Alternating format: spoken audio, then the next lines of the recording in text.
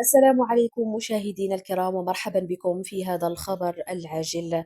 صدمت ساكنة حد السوالم يوم الأحد 1 يونيو 2025 من بعد ما وقعت جريمة خيبة بزاف راحت ضحيتها امرأة في الأربعينيات من عمرها وأم لثلاثة ديال الأطفال اللي تقتلت بضربة مطرقة على راسها وسط دارها على يد راجلها اللي في الخمسينيات.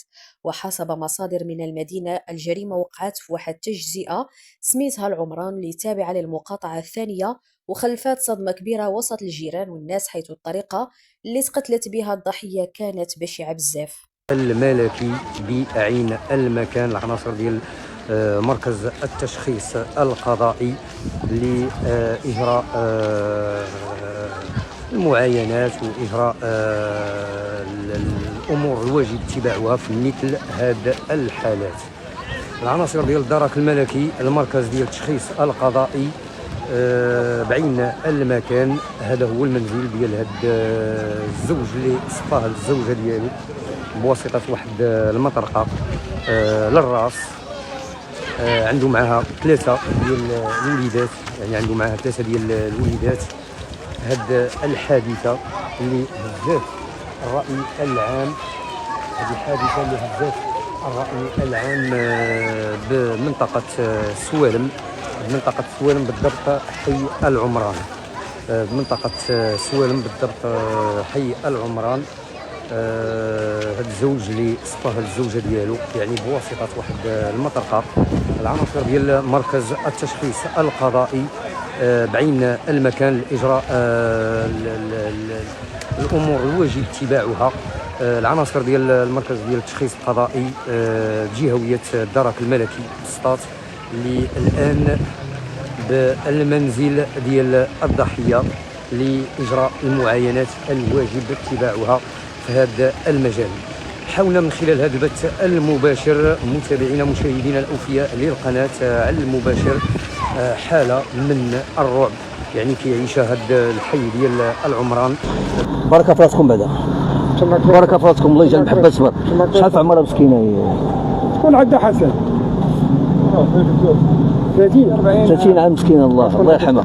30 عام مسكينه. اذا على بركه الله مشاهدينا وفي مشاهدين شوف تي في اينما كنتم من داخل وخارج ارض الوطن، اهلا وسهلا ومرحبا بكم معنا مره اخرى في هذا المباشر الصادم من هنا من حد السوالم. انا لله وانا اليه راجعون. الدوام لله عز وجل، والله يجعل محبه صبر والله يصبر هذه العائله هذو. السيده اللي توفات اليوم يعني من طرف الزوج ديالها هذا اليوم بحد السوالم. الاخ ديالها في اول خروج اعلامي غادي يقول لنا اشنو وقع. السلام عليكم. السلام عليكم. شنو وقع الشريف؟ شنو وقع؟ قتل اخويا، قال لي قتل، انا عيطوا لي قال لي راه ضربها مع حديده ولا شنو ضربها قتلها. لا ما عادش وقع هذا الشيء هذا. ما قالوش لي معاه. لا اليوم هذا الشيء. اليوم هذا الشيء اليوم. زعما عادش تقريبا توقيت ما عادش تقريبا الصباح. الصباح. واش كانوا كيتخاصموا ولا شنو؟ لا ما عرفتش. ولد مع الاولاد هو؟ ولد مع ثلاث وليدات.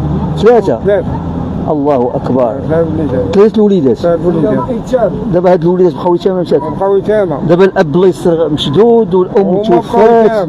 عائله ضاعت. ضاعوا مساكن. عائله ضاعت. ضاعوا مساكن وبقى صغار. باقي صغار.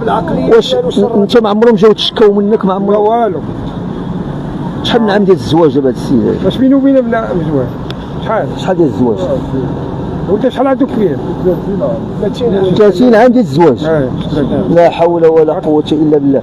دابا هو اللي معتقل دابا عند البريكاد. دابا هو اللي عند البريكاد، هو اللي داخل دابا البريكاد. هو اللي داخل. واخا نتوما شنو بغيتوا دابا؟ القانون ديالو يطبق. شنو غادي نقول؟ ياخذ العقاب ديالو. خرجنا في هذه الدريه ظلما وعدوا. اجرت ليه هي مسكينه لا حول ولا قوة. والله. يعني السبب علاش؟ ما نقولش لك. حاضرش ليهم انا. انا ما غوتوا لي حتى شي 12 ولا شنو هذا غوتوا لي، قال لي اختك راه ماتت. ملي سمعتي الخبر اخويا قال لي راه قتل راجلها. واش كيعاني من شي مرض نفسي هو ولا عادي السيد؟ عادي السيد عادي. شرك الوليدات وكنطلبوا منك شي محسنين ولا ناس يكونوا مع الوليدات. شركهم دابا هاد الوليدات بقاو هكاك مساكن. بقاو مساكن مشرحين. الله ما عندهمش كاع. كاين شي ناس لا حول ولا قوة الا بالله العلي. محسنين يعاونوا امه وديرها ما قراو دراري. دابا الاولاد بقاو هكاك مساكن. بقاو مساكن مشرين. لا كاين شي واحد يعاونهم هضر الحاج. وانا كنسمع. دابا هذا الشيء قلتي لي الحاج وقع اليوم. اليوم وقع اليوم مع تقريبا مع. وقالوا لي الصباح ما عرفت اودي ما تحسب. ما توقع لي انا طلعوا الوحده ديال النهار. اذا مع الظهر. مع الظهر. ملي تلقيتي الخبر الحاج شنو الشعور ديالك ملي سمعتي هذا الكلام هذا؟ انا بقى فيا ما يتصلح، دريه انا مربيه، انا دريه ياك انا دريه الوالده صغيره انا اللي كبرتها. انتم اللي جوجتوها؟ ما جوجتهاش، انا جوجت واحد الدري خويا. لا حول ولا قوه الا بالله. وراه 30 عام ديال الزواج ما سهلاش الحاج. 30 عام تاع الزواج. وفي الاخر الله يستخرجت بهذه القضيه. ايوا تشوف الله يرحمها. الله يرحمها نسيتنا الله يرحمها. دابا هو كاين داخل، دابا نتوما كعائله دابا شنو كطالبوا دابا نتوما كعائله ديال السيده اللي مات الله يرحمها؟ واش كنطالبوا؟ العقوبات. اكثر عقوبات. العقوبات خاصها السيد. يعني نتوما ما غتسامحوش مع هذا السيد وخوات مع الاولاد؟ سامحوا معاه هو قتلنا اختنا كسبوها هي قتلها وسامحوا معاه. يعني نتوما كطالبوا. اجي اخويا هضر معنا، اجي اخويا جي هنا حسن تعال اجي عندنا صاحبي، اجي عندنا. مرحبا اخويا مرحبا اخويا. ضيعنا في خدمه هذه اختك مسكينه. الله اكبر. نتوما ملي امتى تلقيتوا الخبر نتوما اخويا العزيز؟ مع الوحده ملي قالوا لكم كيفاش كان الشعور ديالكم ملي سمعتي هذا الكلام هذا؟ حنا ما عرفنا روسنا باش تولينا ملي قالوا لنا. الاخت ديالك قريبه لكم شويه؟ قريبه لكم في السكنه؟ السكن ديالها دابا حنا دكاله وهي جا في. دابا نتوما جيتوا من دكاله؟ لا في العروق جينا من دكاله. الله اكبر. دابا امتى غتدفنوه ان شاء الله هذا السيد هذا؟ امتى غتدفنوه؟ باقي؟ لا دابا نتوما غتدفنوه في دكاله ولا هنا؟ غتدفنوه في دكاله ولا هنا؟ دكاله. الله يصبركم بعدا. الله يرحم هذيك السيده. الله يدير الشهوده الخير دوك الوليدات. عرفتي شكون اللي بقى في العذاب؟ هما الوليدات دابا. اشنو كتطلبوا دابا نتوما؟ هاد السيد واش غتسمحوا ليه؟ شنو غديروا دابا نتوما؟ كيسمعها ملي داير هاد الحاله كيسمعها ولا شنو؟ ما كيسمعها. طالبوا من الناس يوقفوا مع الوليدات. لا حول ولا قوه الا بالله. ضيع دوار اش ما يسمعها. اسمح لي بحال هكا. يعني قبيله شردات. قبيله شردات. واخا الله يدير لكم الشو ديال الخير اخويا، الله يدير لكم الشو. واخا خليك معايا. اذا مشاهدينا شوف باش بلا ما نطول عليكم لان القضيه باقا طويله. نذكركم بانه الجريمه وقعت اليوم في حد السوالم على الساعه 1 زوالا. كيتفاجئوا رجال الدرك الملكي عيطوا عليهم الناس قالوا بانه كاينه واحد الجريمه ديال القتل. زوج اللي صفاها الزوجه ديالو بمطرقه. ياك مطرقه مطرقه هي هذيك مطرقه قال لك بقى كيضرب فيها الراس حتى توفات والله يوليها برحمه الله. حاليا هو راه الاعتقال عند رجال الدرك الملكي بحد السوالم. تحيه لهم. تحيه لهم هذا المنبر. مشكورين لانهم قاموا بالواجبات ديالهم. اكيد راه مشاو اعتقلوا. الله يستر جميع اداره الدفاع الوطني والدرك الملكي السوالم. انا بغي ربي يحميهم ويسترهم. مرحبا اخويا مرحبا. اذا المشاهدين شفتوا احنا باقي متبعين معكم هذه الجريمه اللي هزات اركان حد السوالم اليوم على الساعه 1 زوالا. وغنقولوا الله يدير شي تاويل ديال الخير لانه اللي تشرد دابا حاليا هما دوك الوليدات. يعني الام توفات، الاب هو اكيد الغرق ديال الحبس. الله يدير شي تاويل ديال الخير وصافي.